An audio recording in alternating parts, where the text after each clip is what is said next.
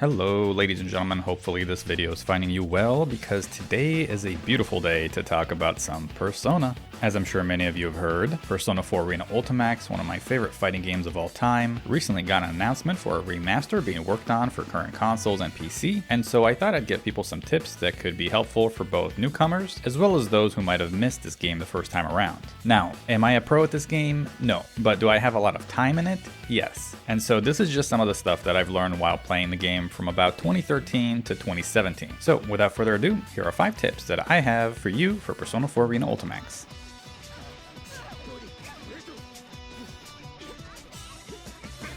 So P4U2 has a universal Dragon Punch button, and it's technically a combination of 2 buttons, but it can be mapped to just one. And so because many DPs in this game are invincible and offer an option for a quick and easy reversal, you tend to see people at lower levels abuse it. Now while it's not true for every single character, there is a major portion of the roster that can actually make their DP safe or use them as bait. So if you try to punish someone after a blocked DP, they have a little bit of time to actually cancel that DP into a super, therefore countering your counter attempt. So what's the solution for this? Well, it's pretty simple. The first thing is that you want to make sure that whenever you block a DP, to immediately look at your opponent's meter, because if they have 50 meter, they have an option to one more cancel or super to make it safe. Now, if they don't have meter, you can just go nuts and punish them however you would. But if they do have meter, the best option is to walk under or roll under aerial DPs or roll through grounded DPs, thus giving you the ability to punish accordingly and keeping you safe in the process.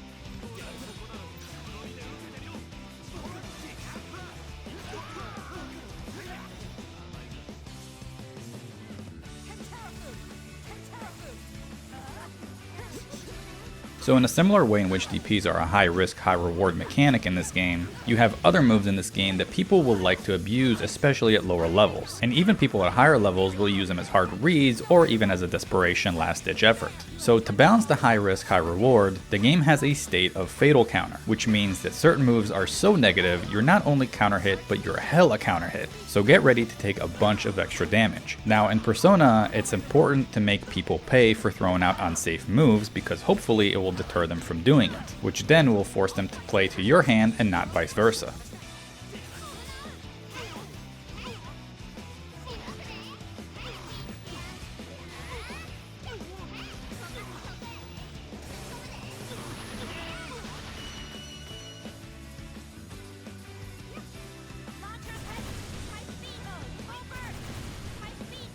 Rolling in Persona is another defensive option among the myriad of others. However, this is also one of those instances where the mechanic is tethered to high risk, high reward. Like DP, it's a 2-button command that can be mapped to 1, and it lends to the character being invulnerable for a short duration. However, it is only good when timed correctly and not abused. There are a few ways to deal with happy rollers, however, there are a couple that I found to be most effective. The first is timing your meaty correctly, forcing your opponent to roll into your attack. The other is throwing the roller, which will require you to throw out a move that recovers quickly so you can read the roll and throw them out of that animation.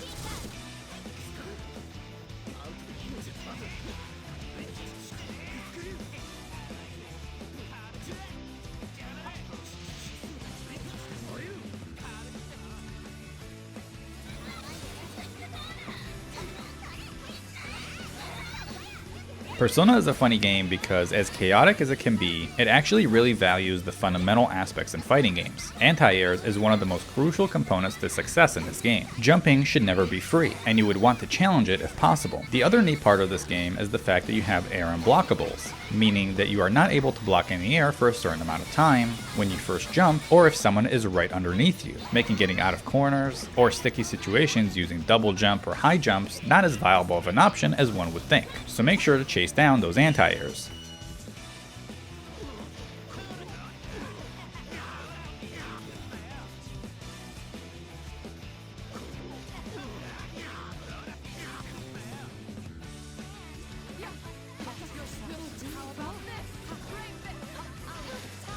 Persona is a game that has 4 buttons, 2 are normal buttons used by the character in most instances, and the 2 others are tied to that character's persona. However, in a way, the persona attacks have their own meter, those being the persona cards. Every character has a different amount, as some need more cards since their game plan is persona heavy, whereas some don't need as many as they are more self-reliant. However, every time you hit a character's persona, they lose a card, and when they lose them all, you get the status of persona break, which means that a character cannot use persona moves, persona supers, or burst during the duration that the cards need to recharge, which means the more cards you have, the longer the cooldown. So if you happen to see your opponent's persona out there, and you can safely break it, make sure to do so.